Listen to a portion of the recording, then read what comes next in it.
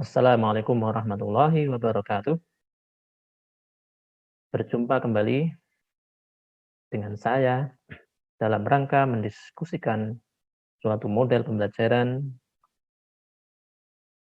yang kiranya dapat diterapkan khususnya dalam satuan pendidikan anak usia dini. Model pembelajaran apakah itu? Para pemirsa sekalian, pada diskusi terdahulu kita telah membahas salah sebuah model yang menjadi bagian dari rumpun sosial. Kemudian salah satu model yang menjadi, bagian dari rumpun pemrosesan informasi. Nah, pada kesempatan kali ini kita akan melihat model pembelajaran yang berikutnya. Nah, model pembelajaran yang saya maksudkan di sini adalah non-directive learning atau pembelajaran non-direktif. Apa sejatinya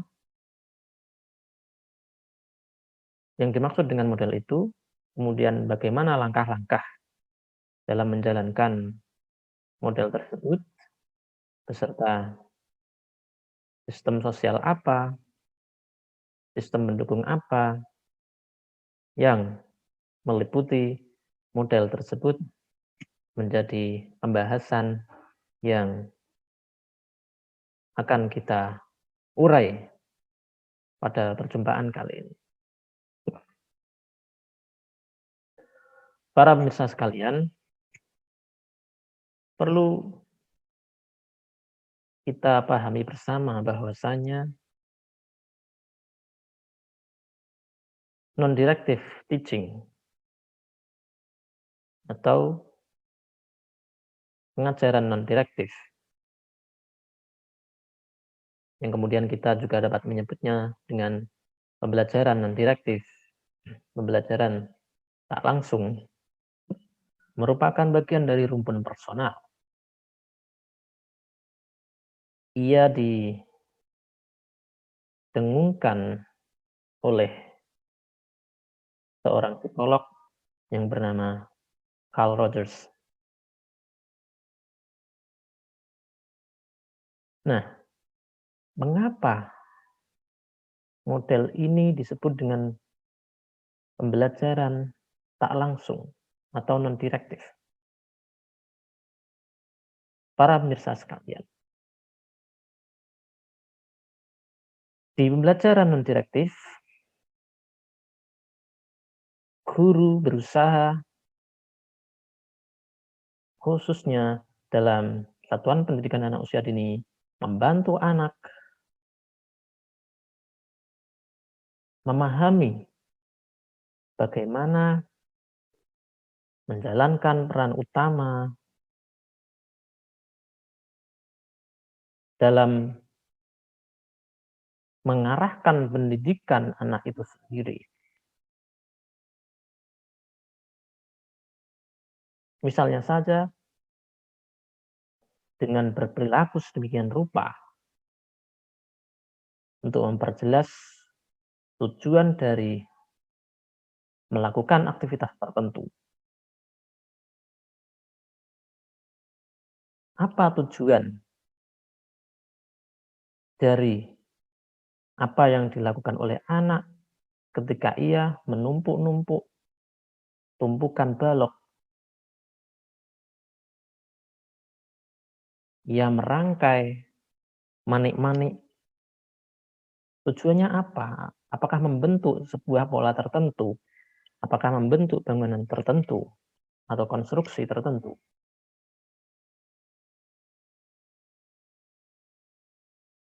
Pembelajaran ini juga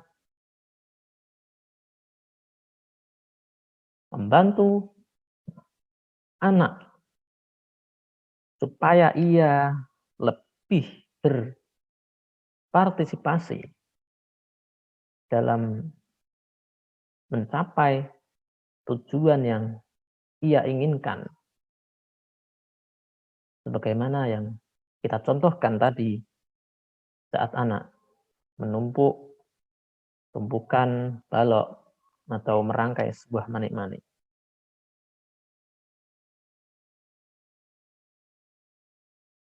Nah, di sini dalam belajaran non-direktif, guru berperan memberikan informasi tentang berapa banyaknya kemajuan yang telah dicapai oleh seorang anak ketika ia ingin memecahkan suatu masalah.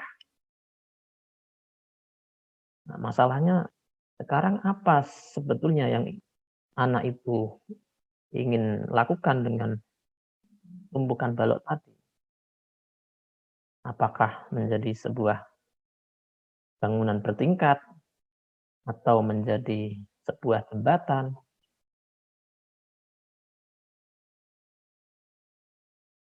Supaya anak dapat melakukan atau mengarahkan tujuannya sendiri, serta mencapai tujuan tersebut secara mandiri, secara independen. Nah, guru non-direktif dituntut untuk secara aktif membangun kemitraan. Kemitraan yang apa? Yang positif tentunya. Kemitraan yang baik dengan anak. Dan dia hendaknya memberikan bantuan pada anak itu lebih-lebih ketika anak itu memerlukan bantuan. Jika anak tersebut dianggap tidak membutuhkan bantuan, guru memantau apakah yang sedang dilakukan anak itu akan cenderung mencapai tujuan yang ia inginkan atau tidak. Para pemirsa sekalian, pembelajaran non-direktif dapat digunakan dalam beberapa cara.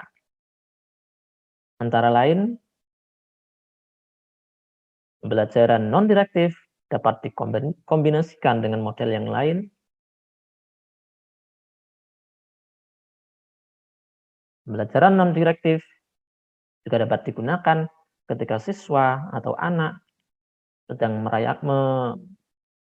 planning merencanakan proyek mereka, atau sekelompok anak membuat rencana akan melakukan aktivitas apa dan bertujuan apa.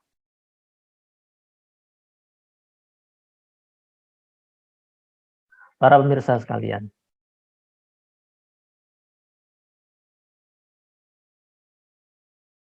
di pembelajaran non-direktif, guru sebagai fasilitator yang memiliki hubungan konseling, ia sebagai seorang konselor membimbing atas apa yang dilakukan oleh anak, apa yang terjadi dengan anak,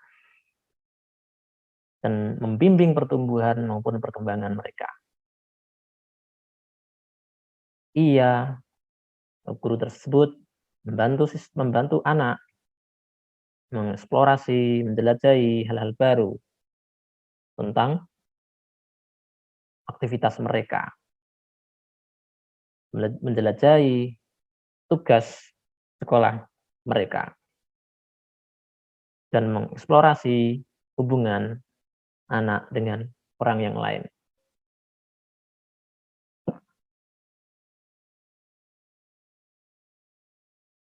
Di antara ciri yang meliputi pembelajaran non-direktif ini adalah guru non-direktif harus lebih sabar, mengingat waktu yang dibutuhkan demi kelancaran, demi kesuksesan pembelajaran non-direktif ini. Itu membutuhkan waktu yang lama. Ia tidak bisa dipaksakan langsung hasilnya. Nanti akan lebih jelas dengan contoh disesuaikan dengan sintaks pembelajaran non-direktif. Para pemirsa, sebetulnya apa orientasi dari model pembelajaran non-direktif ini? Pembelajaran ini berfokus pada fasilitasi pembelajaran. Artinya apa? Lingkungan belajar yang melingkupi anak sebagai pembelajar atau subjek di sana. Lingkungan tersebut diatur untuk membantu anak-anak mencapai integrasi pribadi yang tinggi, yang besar, bantu anak mencapai sebuah efektivitas, dan membantu anak menilai diri secara realistis.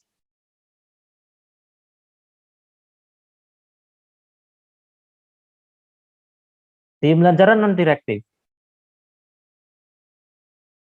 guru amat menghormati kemampuan siswa atau menghormati kapabilitas anak dalam rangka mengidentifikasi masalah mereka sendiri, lalu merumuskan atas apa, solusi apa yang akan diambil.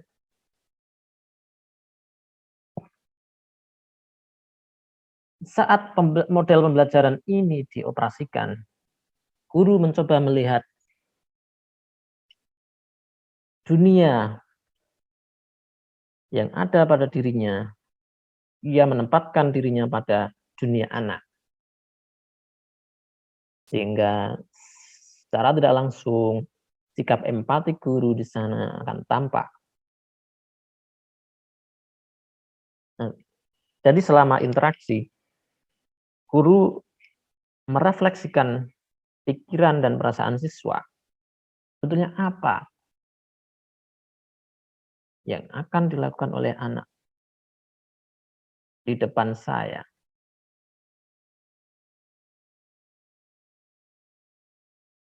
Dengan menggunakan komentar reflektif, guru membangkitkan kesadaran anak akan persepsi dan perasaan sendiri, sehingga membantu mereka memperjelas ide-ide apa yang mereka konstruksi, yang mereka gunakan, lalu hasilnya bagaimana, dan evaluasi terhadap hasil itu seperti apa, dan tindak lanjut apa yang nantinya akan diambil. Pemirsa, dalam pembelajaran non-direktif, guru juga berposisi sebagai alter ego, bahasanya bersudah di sini. Alter ego atau sebagai teman akrab, tentunya yang baik bagi anak. Artinya, guru harus siap menerima perasaan, entah itu perasaan positif, entah itu perasaan negatif yang ada pada diri anak. Guru juga harus siap menampung pikiran anak, walaupun pikiran mereka terkadang tidak sejalan dengan apa yang kita pikirkan.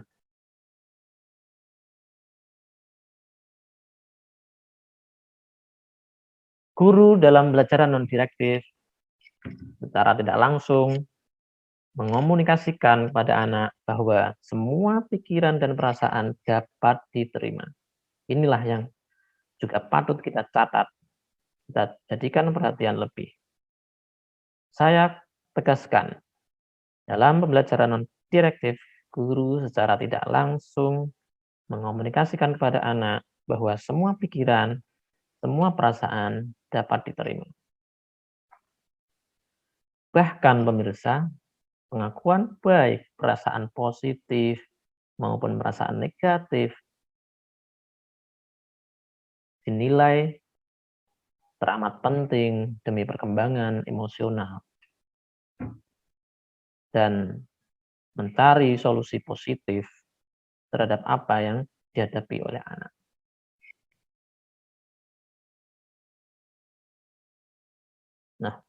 Pemirsa, hubungan antara anak dan guru di sini laki-laki digambarkan sebagai kemitraan. Karena tadi kita sebutkan sebagai alter ego atau teman akrab, maka sudah seharusnya kemitraan antara guru dan anak sudah sepatutnya terjalin. Jadi ketika siswa mengeluh tentang ketidakmampuannya dalam melakukan sesuatu, maka guru sebaiknya tidak langsung memecahkan masalah, memberikan solusi versi guru tersebut, tetapi hadirkan sejumlah alternatif, di mana alternatif solusi itu ketika ditempatkan pada anak dengan gaya mereka, akan terlihat mana yang lebih sesuai antara solusi A, B, dan C. Boleh jadi ketika dia bertemu dengan anak 1, anak 2, dan anak 3, akan beragam solusi yang dapat diterapkan secara sesuai.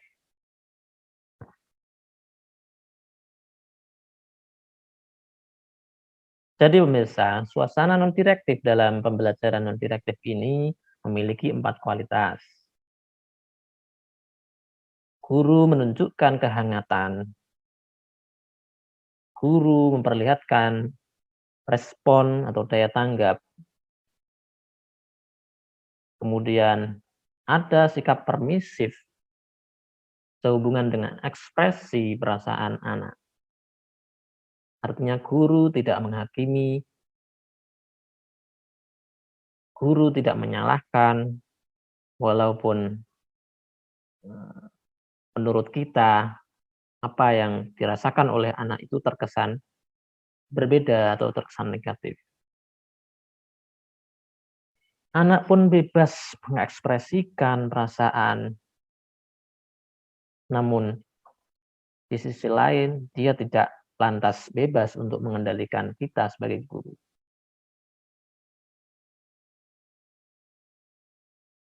Dalam pembelajaran non-direktif, tidak ada tekanan atau paksaan.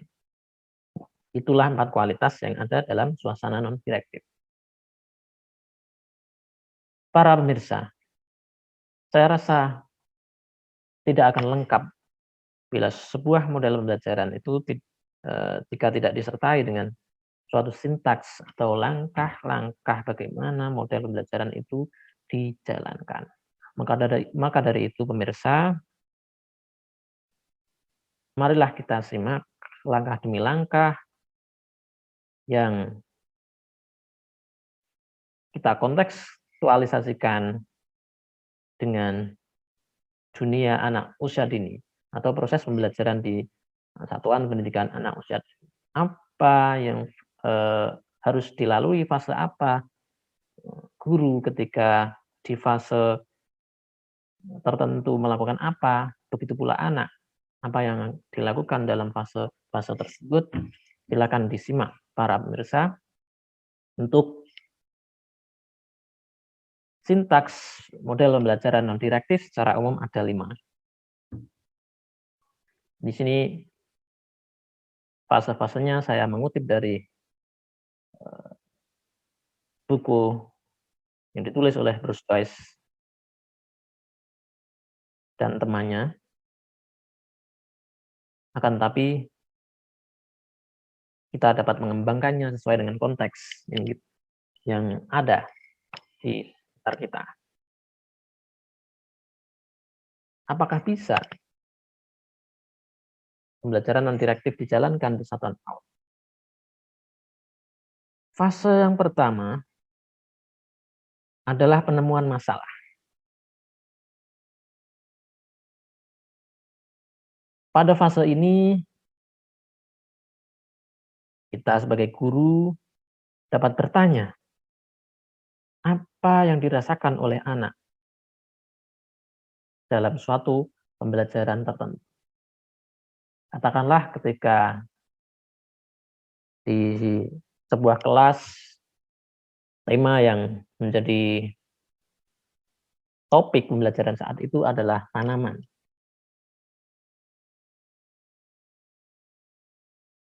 Kelas tersebut berencana bercocok tanam. Bercocok tanam apa? Barangkali, menanam tomat bisa menjadi contoh di sini. Nah, kita tanya kepada anak, apa yang dirasakan ketika anak akan bercocok tanam, menanam tomat. Boleh jadi anak di sana akan menjelaskan secara berbeda pada masing-masing anak. Ada yang mungkin senang, ada yang mungkin justru tidak mengikuti kegiatan karena alasan tertentu, ada yang malu-malu kucing, ada yang jijik. Mengapa jijik? Karena mungkin dia tidak pernah sekalipun menginjakkan kaki di tanah untuk menanam suatu tanaman tertentu. Nah, contoh-contoh tersebut atau apa yang dirasakan oleh anak, kita akan selanjutnya mengidentifikasi masalah yang terjadi. Oh, jika ada anak yang tidak tahan dengan tanah liat, kakinya khususnya atau tangannya, karena yang menanam biasanya adalah tangan, maka kita identifikasi, oh itu ternyata adalah masalah fisik. Tentu identifikasi masalah bisa dengan pola yang lain. Suatu waktu ada anak yang ternyata merasa takut. Takut apa? Takut dengan cacing yang kemungkinan muncul ketika anak itu menanam menanam tomat tersebut. Takut dengan ulat yang mungkin ada di sekitar tanah yang akan ditanami atau di tanaman tomat tersebut.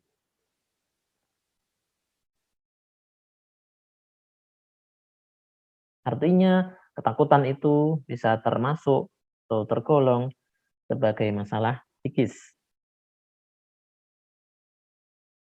Nah, pada posisi seperti itu, anak juga kita bantu mengidentifikasi masalah tersebut. Oh, jika anak sudah mengetahui bahwasanya eh, ia mempunyai masalah fisik atau mempunyai masalah psikis, nanti akan eh, mencari solusi apa, kita lihat dengan menyimak langkah berikutnya. Ya, boleh jadi para pemirsa, pemetaan masalah bisa mencakup masalah individu atau masalah sosial. Anak itu cenderung takut jika menanam sendiri. Dia butuh pasangan, dia butuh kelompok. Artinya itu adalah masalah individu, masalah sosial. Nah, setelah fase pertama itu kita lalui, kita lakukan fase berikutnya pengungkapan perasaan atau masalah. Kita sebagai guru apa yang kita lakukan? Mengurutkan masalah yang akan diungkapkan anak.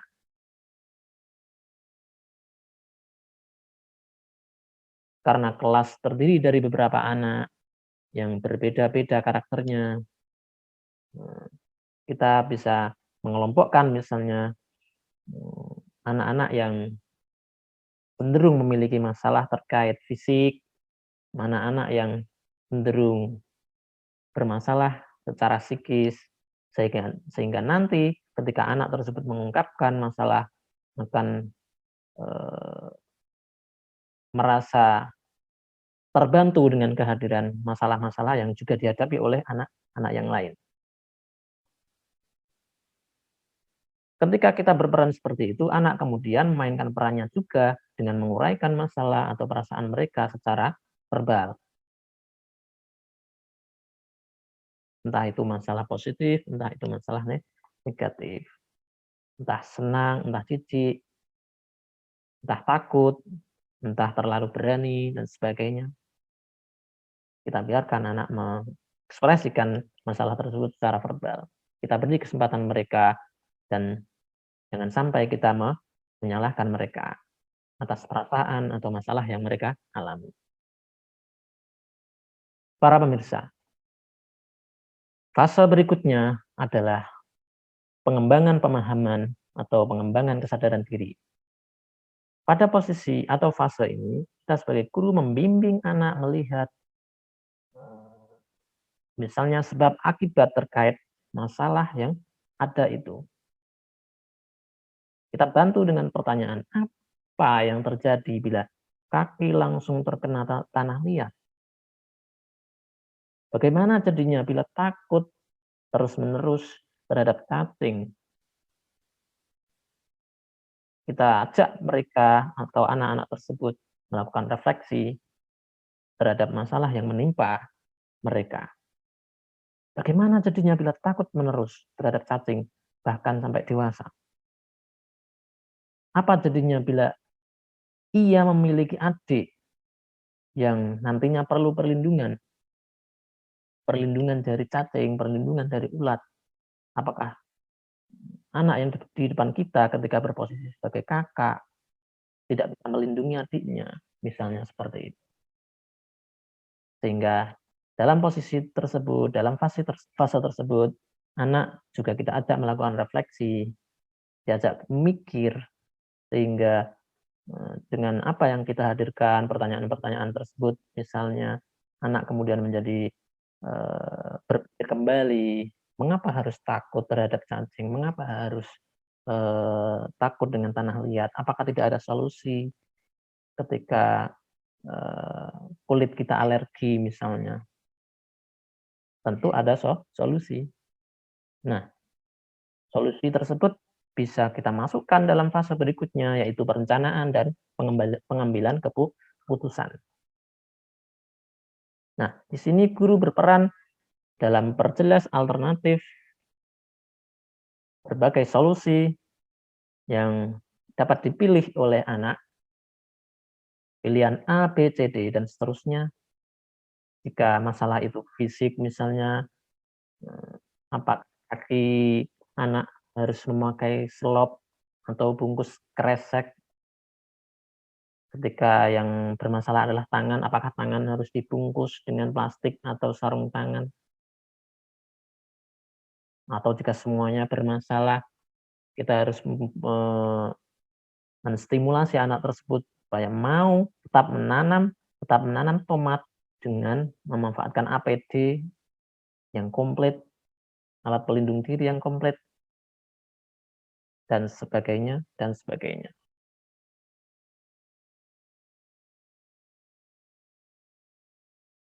Jika kita takut, anak itu takut terhadap cacing, takut terhadap ulat, apakah tidak ada rencana yang dapat kita hadirkan?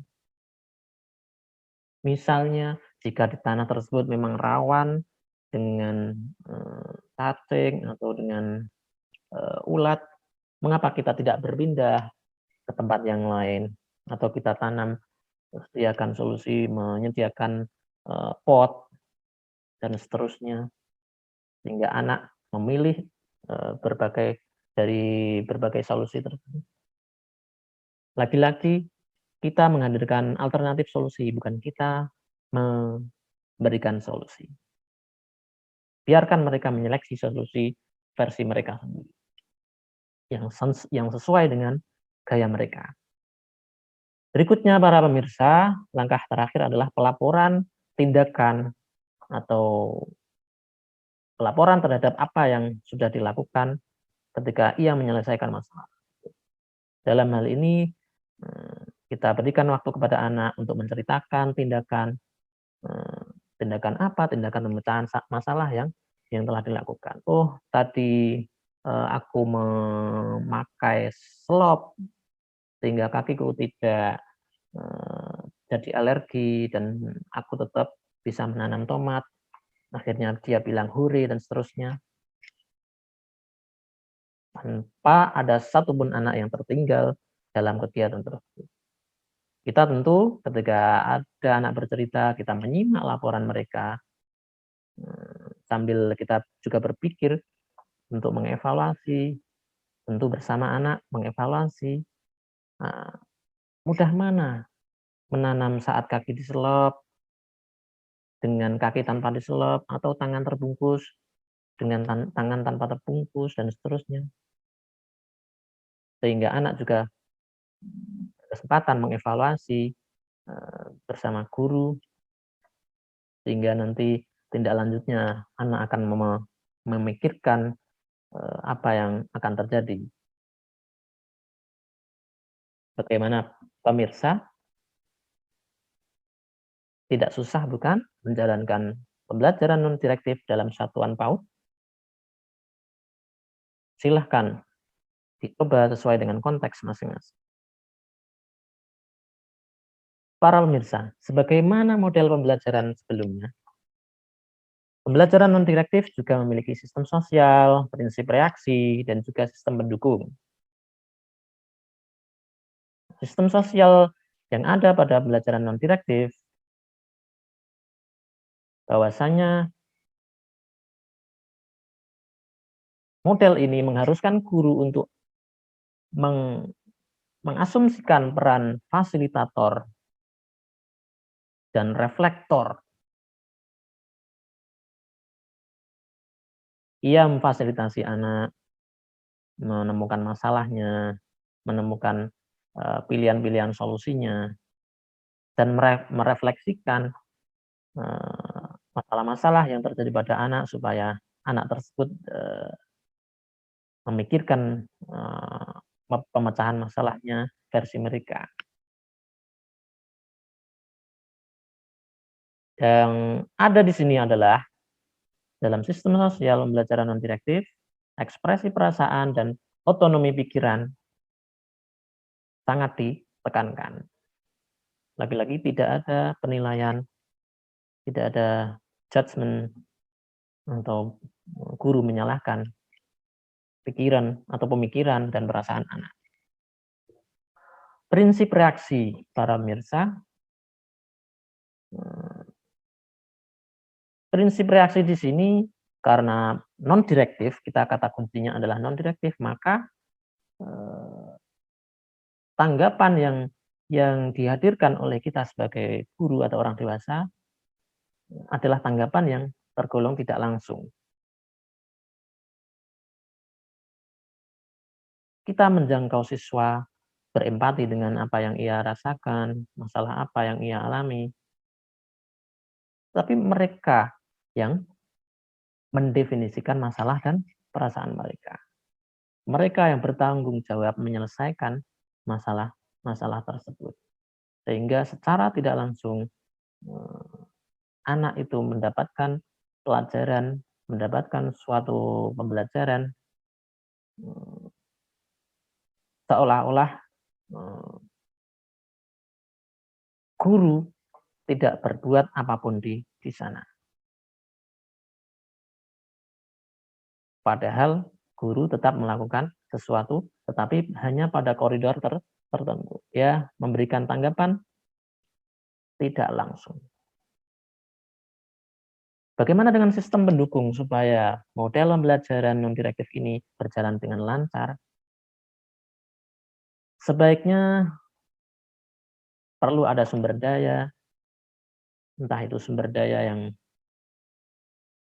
hidup atau sumber daya yang merupakan benda mati yang mendukung anak belajar mandiri. Contohnya sumber daya apa? Tadi itu ada bibit tanaman tomat. Entah itu kita sediakan atau dengan cara apa bekerjasama dengan dinas pertanian Kemudian pemirsa, bila perlu sistem pendukung yang tidak kalah penting di sini adalah pengaturan ruang. Nah, pengaturan ruang yang memungkinkan privasi. Kenapa? Mengingat keragaman anak ada yang mungkin masih perlu, eee, belajar secara, personal karena personal family sebelum ia berinteraksi langsung dengan lingkungan di sekitarnya, berinteraksi dengan anak-anak yang lain, berinteraksi dengan gurunya. Nah, maka disarankan ada sistem pendukung yang berupa pengaturan ruang yang memungkinkan privasi anak. Ada pula sistem pendukung yang lain pemindahan, eee, ruang kelas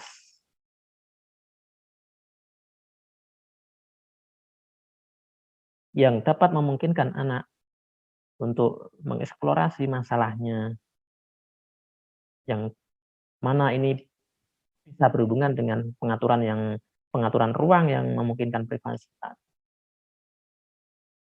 Pemirsa, sistem pendukung yang tidak kalah penting juga adalah waktu. Waktu untuk mengeksplorasi masalah tidak sedikit.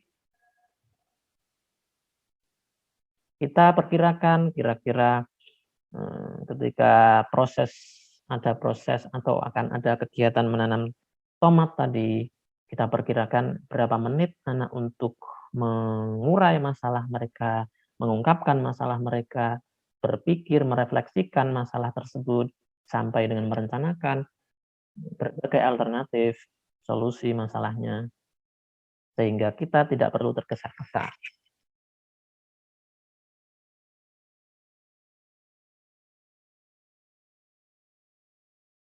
Lamanya waktu yang dibutuhkan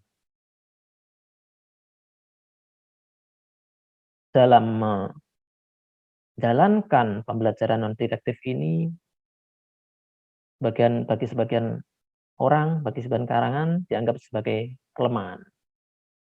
Namun kita tentu tidak boleh berpikir tentang kelemahannya saja, akan tetapi kelebihan yang sudah kita ulas dapat menjadi bahan bagi kita ketika ingin mencoba menjalankan model pembelajaran non direktif ini di kelas yang kita pegang. Demikian pemirsa, diskusi kita tentang model pembelajaran non direktif yang merupakan bagian dari rumpun personal sebagaimana disebutkan oleh Bruce Joyce. Mudah-mudahan bermanfaat. Sampai jumpa pada diskusi berikutnya. Wassalamualaikum warahmatullahi wabarakatuh.